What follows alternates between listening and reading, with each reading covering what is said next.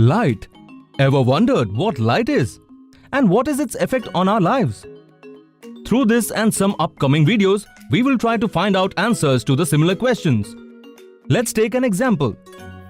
We are able to see a whole lot of things in the world around us, but we are unable to see things placed in a dark room, right? Why does this happen? Exactly. The answer is light. During the daytime, light rays from the sun get reflected when they fall on objects. This reflected light rays on entering our eyes enable us see these objects.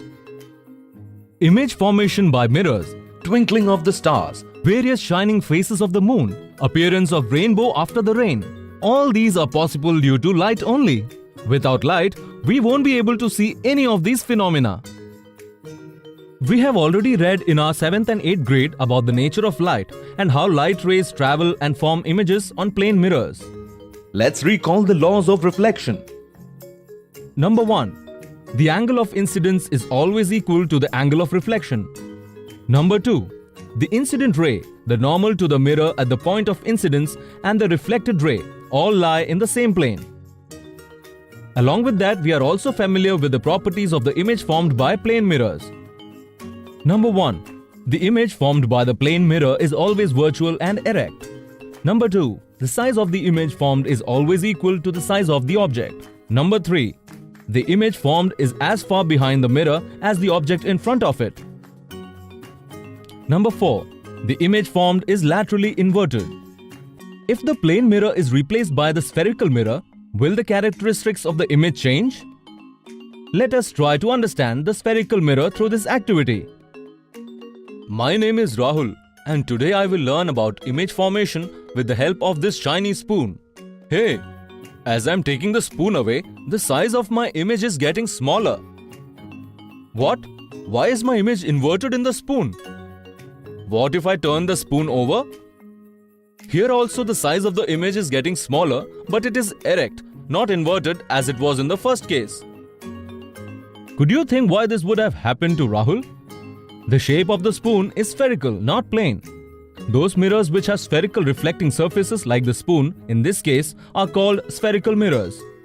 The small and inverted appearance of the image are two of the characteristics of the image formed by spherical mirrors. Why are they called spherical mirrors? Let us understand why. Take a large sphere and cut it in such a way that we get spherical arc-like shapes. These shapes can be polished in either of the ways to make a mirror. If the reflecting surface of the mirror is tilted inwards and towards the center of the sphere, then it is called a concave mirror. And the mirror whose reflecting surface is tilted outwards is called a convex mirror. Let us try to understand the spherical mirror with another activity. Hello friends, I came again. Now I will show you something with the help of a magical activity. A concave mirror and a paper would be needed to perform it. I will place the concave mirror in such a way that the rays of the sun after getting reflected by it directly falls on the paper. I will keep on doing this process while moving the paper back and forth until a sharp point of light is made on the paper. After some time, we could see the paper smoldering and the smoke coming out of it. Why would this have happened? This is because the concave mirror focused the light coming from the sun in one place. And in science, this point is known as focus of the concave mirror. Another interesting fact about spherical mirrors is that in the case of concave mirrors, the focus lies in front of the mirror, while in the case of convex mirrors, the focus lies behind the mirror. As we know that a spherical mirror is the part of a sphere and every sphere has a center. This center is known as the center of curvature of that spherical mirror. If a line is drawn from the center of curvature and focused to the mirror, it will always pass through the center point of the mirror, which is known as pole. This line is called the principal axis, and the distance from the center of curvature to the pole is called radius of curvature. The distance between the focus and the pole is known as focal length, and the circular distance is called aperture. One should keep in mind that radius of curvature is twice the focal length. Like focus, all these points lie in front of the concave mirror and at the back of the convex mirror. Let's move forward. We have already discussed the spherical mirror and its terminology. Today we will discuss representation of images formed by mirrors and the cases of convex mirrors. You must be familiar with some of these pictures cited from your book, where image formation is shown with the help of ray diagrams. To understand these diagrams, we have to remember the rule of 2 plus 4, where 2 is the number of rays and 4 is the number of cases. To make any ray diagram, we need 2 rays of light, which could be taken from any of these 4 cases. Case 1. If the ray of light travels parallel to the principal axis, after reflection, it will pass through the focus of the concave mirror or appears to diverge from focus of the convex mirror. Case 2. If the ray of light passes through the focus of the concave mirror or appears to move towards the focus of the convex mirror, it will emerge parallel to the principal axis after reflection. Case 3. If the ray of light passes through the center of curvature of the concave mirror or appears to go towards the center of the curvature of the convex mirror, it will travel back from the same path after reflection. Case 4. If the ray of light falls obliquely to the principal axis towards the pole, then it will be reflected back obliquely, making an equal angle to the principal axis. Now Rahul will show you an activity for how the image is formed by a convex mirror. To understand the image formation by convex mirror, a convex mirror and a pencil will be required. Hold the mirror like this in one hand and place the pencil in front of the mirror in the other hand. Now look carefully in the mirror. We will see a small and erect image, and as the pencil continues to move closer towards the pole, the image appears to move towards the pole from the focus. But the size remains small, so it can be concluded that a convex mirror always makes a diminished and erect image. If we talk about the ray diagrams, then only 2 cases can be possible for convex mirror. Case 1. Position of the object at infinity. If the object is placed at infinity, the rays will travel parallel to the principal axis, then get diverged on falling to the mirror, and the image appears to be formed behind the mirror. The size of the image formed is very small and its nature is virtual and erect. Case 2. In the second case, the position of the object will be in between the infinity and the pole. In this case as well, the rays of light will be diverged after reflection, but from the rule of 2 plus 4, the image appears to be formed behind the mirror between the pole and the focus. Here too, the image is smaller in size than the object and virtual and erect in nature. Convex mirrors are used as rear-view mirrors in cars, buses, etc. as they form diminished and erect images. So it's time for me to leave. Till then, you can have a look at this table. Bye.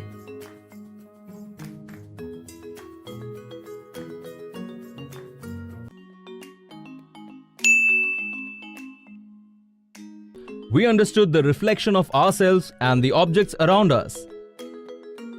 If you remember, I saw my inverted image on the concave surface of the spoon and an erect image on the convex surface. You must also have made this effort at home. If not, then you should definitely try it. A question came to my head that in the case of a convex mirror, we can place the objects in 2 positions only, one at infinity and the other one is between the infinity and the pole. But in case of concave mirrors, will there be only 2 cases or more? Will the image formed be erect or inverted? Virtual or real? Let us try to find out the answers to these questions. As we know that in case of concave mirror, all the points lie in the front. So we can make 6 different cases by placing the object at 6 different positions. The object can be placed at infinity, beyond C, at C, between C and F, at F, and the last one is between F and P. So let us see what will be the effect on the image when we place the object at these 6 positions. To perform this activity, we need a concave mirror, a stand, a candle, a small white screen and a long strip of a chart. It is a concave mirror having a focal length of 20 centimeters. How much? 20 centimeters. So I will mark a point P on one side of this chart. What will we mark? Point P. If the focal length is 20 cm, then F must be at a distance of 20 cm, and we already know that the radius of curvature is twice the focus length. Then C can be marked at a distance of 40 cm from P. I will place the stand on P and the concave mirror on it. Case 1. If the candle is placed far away, say at infinity, and the screen somewhere in the middle of the candle and the mirror, The screen should be moved back and forth until a sharp image is formed on the screen. I get this point only when I put the screen at the focus. The size of the image is very small and we can see the image on the screen. So it is real. Let's fill it in our observation table. Case 2. If the candle is placed beyond C, then I'll get reflection on the screen when the screen is placed between F and C. Here as well, the size of the image is smaller than the object and real and inverted in nature. Case 3. If the candle is placed at C, then the image will also be formed at C. The size of the image will be the same as the candle, but the nature will be real and inverted. Case 4. If the candle is placed between C and F, then we will get the image beyond the C. The size of the image is enlarged and nature is real and inverted. Case 5. If the candle is placed at F, then the image will be seen to be formed at infinity, highly enlarged in size and real and inverted in nature. Case 6. In the last case, if the candle is placed between F and P, then the image will not be formed on the screen, but it will appear to be formed behind the mirror as in the case of convex mirrors. Size will remain enlarged and nature will be virtual and erect. So friends, by this activity, we can conclude that a concave mirror can form any kind of image, erect or inverted, real or virtual, large or diminished. In most cases, the concave mirrors converge the light at a point. Hence, they are also called converging mirrors. In the same way, convex mirrors diverge, so are called diverging mirrors. Due to the converging nature, concave mirrors are commonly used in torches, searchlights, and vehicles' headlights to get powerful parallel beams of light. They are also used as shaving mirrors to see larger images. Till now, we have understood what are spherical mirrors, how the images are formed by them. We drew ray diagrams, discussed the size and nature of the image, and also marked the points like C, F, P, talked even about various distances like R and F. This distance, the size, can we make a math formula out of all these values? Yes. A relation has been observed among these distances, which is also known as mirror formula. According to the law of mathematics, it is advisable to understand the sign convention before using the formula. According to the new Cartesian sign convention, it is necessary for us to know 5 rules. 1. Let P of the mirror be placed at the O of the coordinate system. Number 2. The object will always be placed to the left of the mirror. That means the light coming from the object will always fall from the left side of the mirror.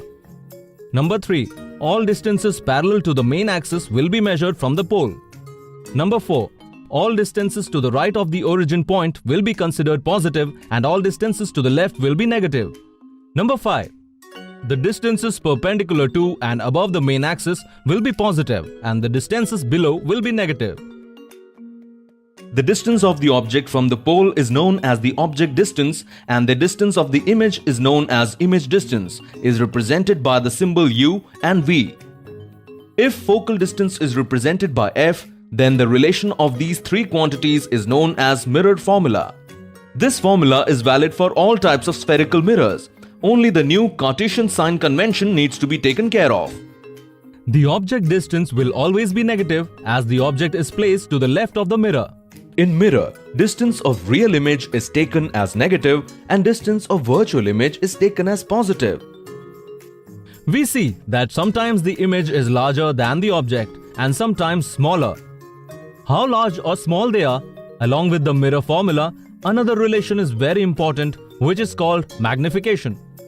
Magnification is the ratio of the height of the image to the height of the object, which tells us how many times the image is larger or smaller with respect to the object. Magnification is represented by M. We can also represent it in terms of object and image distance. You must have read in your books that magnification is negative for a real image and positive for a virtual image. Why? Have you ever thought of it? If we notice, we will get to know that real images are always inverted and virtual images are always erect. And we already know the symbols of the inverted and erect images. This is also the reason for the sign of magnification of real and virtual images.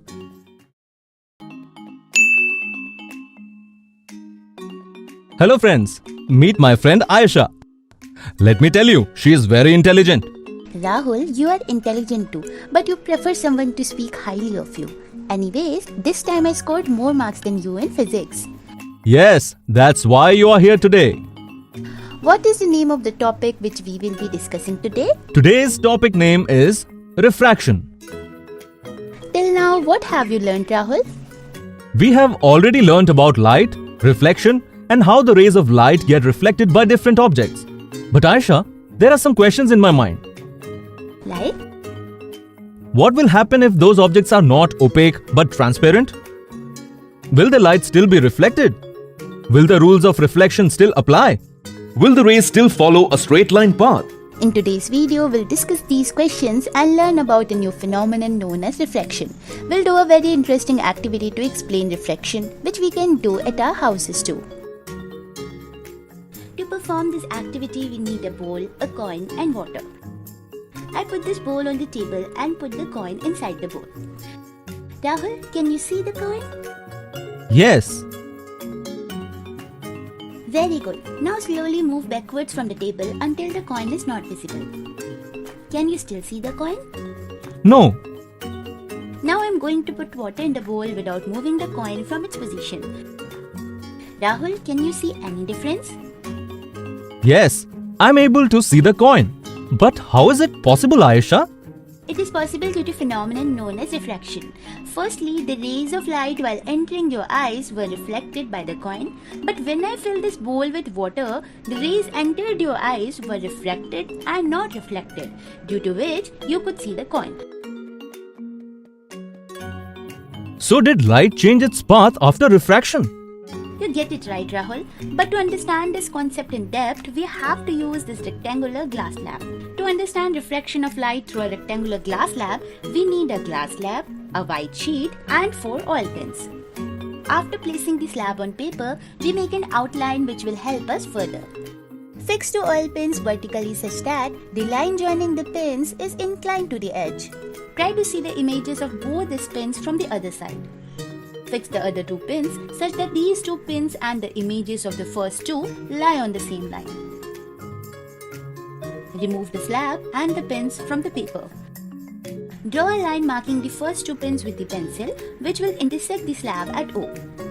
Do the same procedure on the other side and give this point the name O'. Draw 2 perpendiculars at O and O'. Name the angle formed between the lines and the perpendiculars as angle of incidence and angle of emergence. Here the angle of refraction will be formed instead of the angle of reflection. Produce a straight line from the marks of the first 2 pins. Then join O and O'. A deflection can be seen between both the lines. Or it can be said that the ray of light changed its path while passing through the glass slab. This phenomenon of changing the path of light when passed through different transparent media is known as refraction of light. The incident ray, the refracted ray and the normal to the interface of 2 transparent media at the point of incidence all lie in the same plane. The ratio of sine of angle of incidence to the sine of angle of refraction is a constant for the light of a given color and for a given pair of media. This law is known as Snell's law of refraction. The constant we get from the ratio is called refractive index. The extent of the change in direction that takes place in a given pair of media is expressed in terms of refractive index. In addition to it, the refractive index can also be represented by the relative speeds of light in different media. If the light is traveling from medium 1 to medium 2 and the speed of light in the first medium be V1 and in the second be V2, then the refractive index of medium 2 with respect to medium 1 is given by the ratio of the speed of light in medium 1 and the speed of light in medium 2. This is usually denoted by N21. Like this, the refractive index of medium 1 with respect to medium 2 is denoted by N12. If medium 1 is air or vacuum, then the refractive index is called absolute refractive index. Absolute refractive index is simply known as refractive index only. Vacuum and air are considered as rarer mediums. Some of the other materials are considered as denser mediums. You can check the refractive index of several material media with respect to air. Wow, Aisha, you have explained this topic very nicely. I didn't know that you are a great teacher too. You get it right, Rahul. I want to be a teacher. Eyeglasses. We commonly see eyeglasses on a daily basis. Have you ever seen eyeglasses closely? Have you ever tried to feel their lens with your hands? Do they have similar thickness throughout? The answer is no. Lenses are not uniform throughout, but thicker in the middle and thinner at the edges, or sometimes vice versa. So what is the reason for this variation in thickness? What will happen if light passes through this lens? Would it be called reflection or refraction? The answer is simple. Refraction, because the lens is transparent. Now if refraction is taking place, does it also have some rules? You will get answers to some of these similar questions through today's video. What is lens? First of all, we need to know what these lenses are. There are broadly two types of lenses. One is converging lens and the other one is diverging lens. Like mirrors, the lenses which converge the light are called converging lenses, and the lenses which diverge the light are called diverging lenses. Types. Convergent and divergent lenses are broadly of 6 types: double convex, plano-convex, converging meniscus, double concave, plano-concave, and diverging meniscus. These lenses are called spherical lenses. Out of these 6 types of lenses, we will only talk about 2 in our upcoming videos: double convex and double concave. They are usually known as convex lenses and concave lenses. Formation. Like spherical mirrors, these lenses are also made from the arc of the sphere. The difference is that another arc of glass is bounded with the first one in place of polishing it from one side, and a transparent material is filled in the middle. As we know that every distance in case of mirrors was taken from P, here in lenses, every distance is taken from O, which is also called optical center of the lens. As they have 2 surfaces, they have 2 focuses too, which are represented by F1 and F2. Twice the distance from O to F1 and F2 are called 2F1 and 2F2 respectively. And just like a mirror, all these points are found on the principal axis. Rules of image formation. Do you remember the 2+4 rule of the mirrors? There are only 3 cases in lenses. In case 1, if the ray of light is traveling parallel to the principal axis, after refraction, passes through the focus located on the other side of the convex lens and appears to diverge from the focus located on the same side of the concave lens. In case 2, if the ray of light passes through the focus of the convex lens or appears to go towards the focus of the concave lens, then after refraction, it will emerge parallel to the principal axis.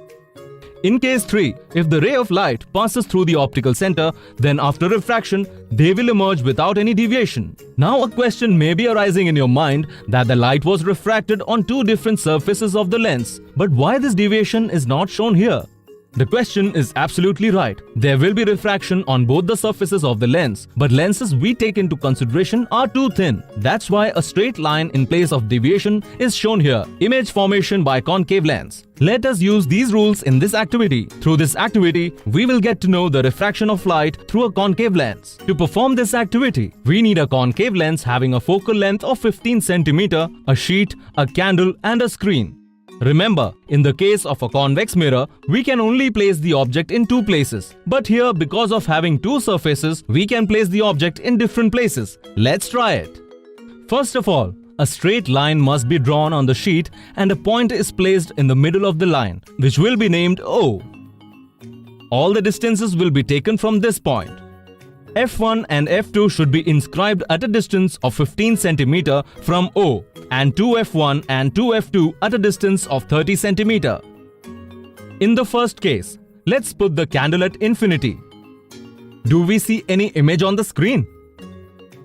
No. This means that the concave lens creates a virtual image in this case. If we remove the screen and look, we can find that the image is made at the focus on the first side, which is highly diminished in size and erect. In the second case, if we bring the candle a little closer from infinity, what will happen? we will not see any image on the screen. Then slowly bring the candle closer to O. Even then, nothing is visible on the screen. So it would be correct to conclude that no matter what the case, concave lenses always form virtual images. If we remove the screen and see, we can find that the image seems to be forming somewhere between F1 and O. The image is diminished in size and erect as well. The summary of image formation for both the cases of concave lenses is given in this table. Concave lenses are used to make eyeglasses. Also, they are used as lenses of flashlight. Till now, we have learnt about refraction by glass slab and concave lens. Now it is turn to learn about the refraction by convex lens. To learn refraction by a convex lens in a better way. To perform this activity, we need a convex lens with a focal length of 15 cm, a stand, a screen, a candle and a sheet. Remember, we saw different cases of image formation through a concave mirror. Here too, we will do this activity in the same way. First of all, we draw a straight line on the sheet and mark a point in the middle and name it O. F1 and F2 are inscribed at 15 cm on either side of O, and 2F1 and 2F2 at a distance of 30 cm in the same fashion. Then place the lens on O and place the candle on one side of the lens and the screen on the other side. Like in the case of a concave mirror, the object was kept at 6 different positions. Here as well, 6 different cases can be made. The first at infinity, the second beyond 2F1, the third at 2F1, the fourth between 2F1 and F1, the fifth at F1, and the last between F1 and O. Case 1. If the candle is placed at infinity, the light coming from the candle will be parallel to the main axis, and after refraction, the image will be formed at F2. The image will be highly diminished or point-sized as well as real and inverted. Case 2. If the candle is placed beyond 2F1, after refraction, the image will be formed between F2 and 2F2. The image will be diminished as well as real and inverted. Case 3. If the candle is placed at 2F1, then the image will be formed at 2F2. But its size will be the same as the size of the candle as well as the nature will be real and inverted. Case 4. If the candle is placed between 2F1 and F1, then we will get image beyond 2F2. It will be larger in size and real and inverted in nature. Case 5. If the candle is placed at F1, then the image will be seen to form at infinity. The size of the image will be highly enlarged and the nature will be real and inverted. Case 6. In the last case, if the candle is placed between F1 and O, then the image will not be visible on the screen. But it will appear that it is forming somewhere on the same side of the lens as the object. Size will remain large and nature will be virtual and erect. In this table, summary of image formation by convex lens is shown. Convex lenses converge the light. They are used as magnifying lenses or camera lenses. They are also used to correct defects of vision, which will be studied in the next chapter. We have learnt so far about mirrors and lenses. Let's try to remember all the points by creating a comparison table. Number 1. In the case of mirrors, a glass piece is polished to make a mirror. And here, any transparent spherical piece of glass is known as spherical lens. Number 2. Mirror always reflects the light, but the lens refracts. Number 3. Mirror can either be spherical or plane. But in case of lenses, there has to be 2 surfaces, and either of them must be curved inwards or outwards. Number 4. Mirror works on the laws of reflection, whereas lens works on the laws of refraction. Number 5. There is only one focus and only one reflecting surface of the mirror, whereas in the case of a lens, there are 2.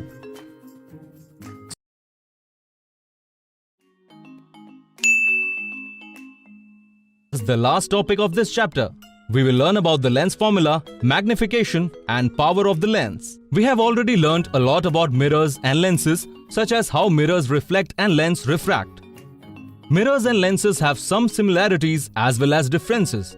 If you remember, we have learnt a mirror formula too. Just as the mirror formula shows the relationship between object distance, image distance and focal length, similarly, the lens formula also shows the relationship between these three parameters. For any lens, the lens formula looks like this. Like the mirror formula, lens formula too have 5 sign conventions. Number 1. In the case of lenses, all the distances are taken from O, which is known as the optical center of the lens. Number 2. The object is always placed on the left side of the O, as it was used to be in mirror formula too. Number 3. Distances on the left side of the O are always taken negative but positive on the right side. Number 4. All the distances above the principal axis are taken as positive and all the distances below the principal axis are taken as negative. Number 5. Focal length of convex lens is taken as positive, but for concave lens it is negative. In the case of a mirror, it was clear that in a convex mirror the focus is on the right side, so it is taken positive, and in the concave mirror on the left side, so it is negative. But the lens has 2 focuses. So how will we give the symbol? This point can be understood here. Convex lens converges the light coming. We know that convex lens after refraction converges the light on the focus, which is on the right side of the lens. This focus acts the principal focus in case of convex lens. Hence, the focal length is taken positive. Conversely, in the case of a concave lens, the light after refraction appears to be diverged from the focus, which is on the left side of the lens. Hence, the focal length is taken negative in this case. With the lens formula, there is another property which we know by the name of magnification. Like in case of a mirror, it is the ratio of the height of the image to the height of the object, which indicates how large or small the image is compared to the object. This mathematical relation shows the magnification of the lens. It can also be represented in the form of the ratio of image distance to object distance. Let's move towards the next part of the video. You must have noticed people find it difficult to see distant or nearby objects clearly. To these people, doctors suggest wearing eyeglasses. We must have heard from our friends who wear eyeglasses that the power of their eyeglasses are 2 or minus 1.5. What does this power mean? And how do these eyeglasses are made? We will get to know the answers to these questions in this part of the video. This is nothing but the power of the lens. This power signifies the ability of the lens to converge or diverge the light. It can be represented mathematically as the reciprocal of the focal length. The SI unit of the power is diopter, which is denoted by D. 1D is equal to 1 meter inverse. We know that the focal length of a convex lens is positive, so the power of a convex lens is also positive. In contrast to the focal distance of a concave lens being negative, its power is also negative. And this is the reason that the power of the lens applied in the glasses is also positive and negative, which we will know in detail in the next chapter. Here this chapter ends. We will meet somewhere in the future. I would suggest you show these videos to your friends as well, because I believe knowledge is power and sharing is caring. Bye friends, take care.